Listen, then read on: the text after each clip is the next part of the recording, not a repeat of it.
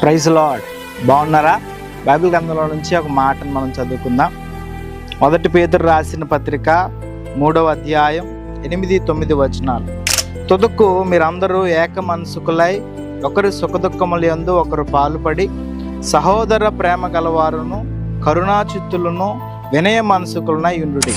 ఆశీర్వాదమునకు వారసులగుటకు మీరు పిలువబడితిరి గనుక కీడుకు ప్రతి కీడైనను దోషణకు ప్రతి దోషణైనను చేయక దీవించుడి.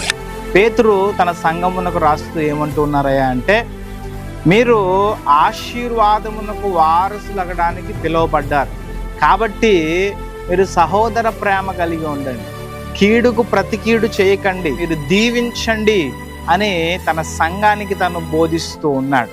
మనము ఏమంటే ప్రత్యేకమైనటువంటి పిలుపు చేత పిలువబడినటువంటి వారు.